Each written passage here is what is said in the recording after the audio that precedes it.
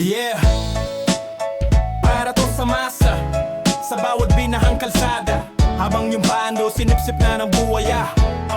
Yeah, biyo ng budget, pero nasaan ang ginhawa? Tuwing umuulan, nalunod na naman ang kalsada. Semento, buhangin, kinain ng ulan, pero ang bulsa nila laging tuyo at banat. May blueprints sa papel, pero wala sa lupa.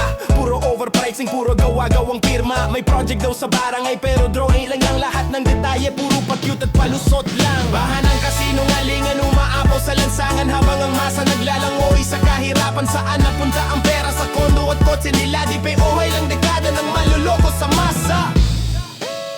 Yeah, may kontraktor na laging panalo, suhol sa likod, lagay sa ilalim ng lamesa. Pag may bidding, scripted na ang dula, kaya't kahit sablay palaging may proyekto sila.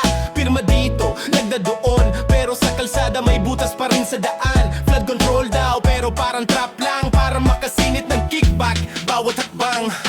Bahanang kasinungalingan, umaapaw sa lansangan, habang ang masa naglalangoy sa kahirapan. Saan napunta ang pera?